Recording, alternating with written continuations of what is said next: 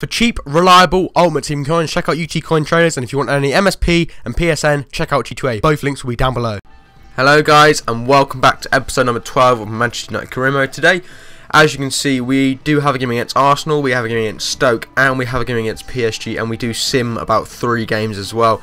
Games that we don't really want to be playing because I don't want to be playing games against bottom tier teams. I want to just focus on like the top of the league and the top of the Champions League and such like that. So going into this game against Arsenal, I wanted to check that we had, a good amount of fitness going into the game. I don't want to be, running out of fitness because we do have a game against Arsenal now. Then we have a 2-day break. Then we have a game against Stoke. Then another 2-day break. Then we have a game against PSG. So it's very, very hectic at the moment. And I just want to get it all in, but not to knacker out all my good players. Although that game I didn't really do that. I should have taken off a lot more players. But then we do have a game against Stoke, which I can rest a lot of players because they're a lower team. You can see Mata here straight away going in and getting fouled in the box. Fortunately, nothing was given for that, and here again, Podolski on the attack for Arsenal, giving it to Cigarette Boy. Even though I'm an Arsenal fan, it's quite funny, but yeah, Cigarette Boy can't do anything with it, and Neuer catches it in the end and keeps us in the lead. And then Wilshere here in the 33rd minute takes a bit of a beast of a shot there, and that could have gone in because I believe Wilshere is left-footed, and I was surprised that didn't go in. And Benzema here, look at that for a miss. I mean, that is a howler from, I think that was Aaron Ramsey there. But luckily we were still 0-0, and then a ball comes into Di Maria, and how the hell he doesn't manage to keep that down and bury it, I will never know. And I was very frustrated with Di Maria after that, and then brilliant tackle by Boateng there. Brilliant player he's been for us, and him and Hummels in the defence are just rocks. Ball comes over the top, and unfortunately Welbeck misses it, and Ronaldo misses it on the other side as well. Still 0-0 in the 70th minute, and it was just getting annoying now. I was getting to the point where I was getting really frustrated that I couldn't score. We do make some substitutions here. I believe I speed it up slightly in this bit. We can see we bring on Rooney for Mata and Cavani for Welbeck and Di Maria for Kagawa, I believe that was. And Ramsey here, again, very close just to passing it across goal. And they've signed Benzema, and I believe they got rid of Jackson Martinez, which is quite nice. But look at this. Boateng misses the tackle, and you just know what's going to happen. It's the 90th minute. It happened. Benzema falls over, but he still manages to get the shot away, and it makes it 1-0 to Arsenal in the 90th minute. I was absolutely fuming at this point.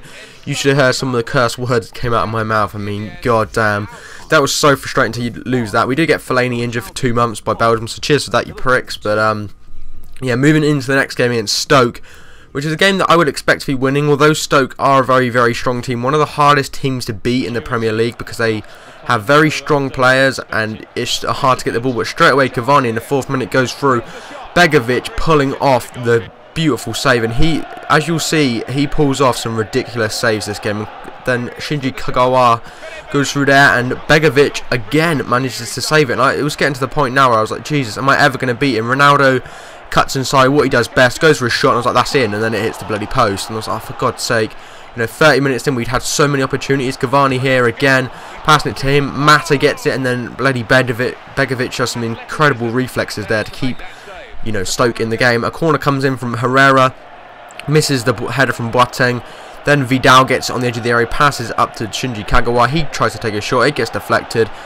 They pass it back to their keeper, back out to Begovic. Cristiano Ronaldo manages to get it. He cuts inside again, goes for a shot which is blocked, comes back inside again, and on his left foot he manages to put it in the back of the net. And that was one of the most crazy little moments I've had in this career mode, where I just could not get the ball in the back of the net. And then obviously our main man Ronaldo manages to do it for us, and Jones here does a bit of a spectacular cross, doesn't really get to anyone though, and they clear their lines. And Cavani here cuts inside again, spins round.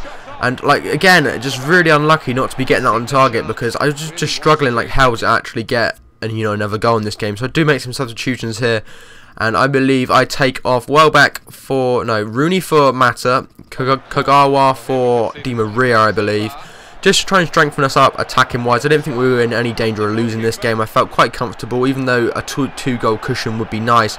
I wasn't too worried. And Ronaldo with a beautiful cross there to Cavani, which gets blocked by Cameron there. And then Herrera, that's why I don't like him. And you'll see at the end of, I believe, the next episode, he complains about not being played yet. He is a first-team player, and he plays pretty much every game since I gave him a new contract. So I don't like Herrera at all, and I think at the end of the season, if he still is moaning, I'm just going to get rid of him, because he is starting to piss me off how I play him loads and he still is unhappy with not being played enough. So it is a joke, and you can see that shot was awful. But moving into the game against PSG at the Parc des Princes, You can see this was going to be a big game. Like, I was pretty scared going into this because I don't want to be knocked out of the Champions League. We do have 2 legs to play, I believe.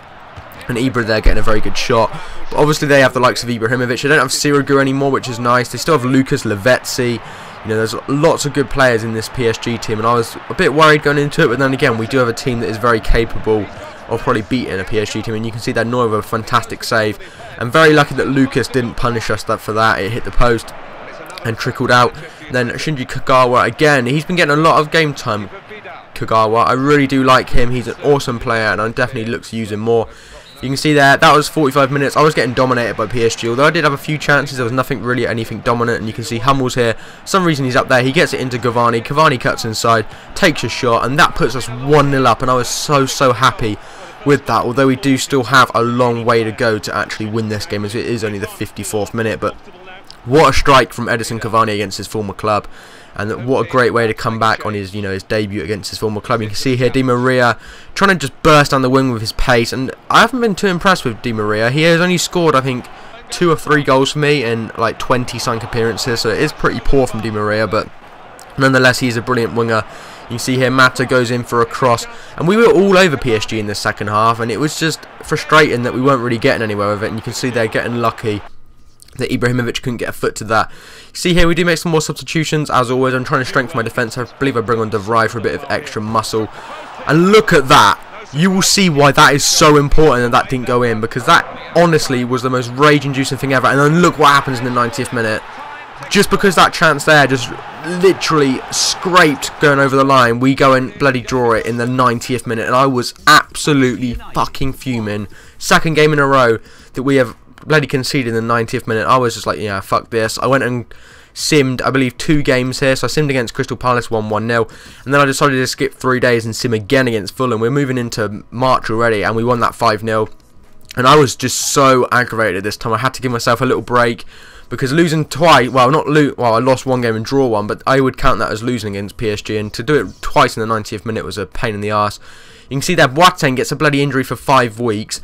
So does Luke Shaw. He got the same injury, a broken menstrual or whatever it was. And I was like, for fuck's sake, like, that's 2 injuries because of simming. We do need to stop simming as much, but we do have other players as well. We're going to give Chris Smalling a new contract here, but that is going to pretty much round up the episode. Thank you so much for watching, guys. As always, if you did enjoy, leave a like. If we can hit 5, that would be awesome. And subscribe if you haven't already. And I will see you in episode number 13 tomorrow. Goodbye.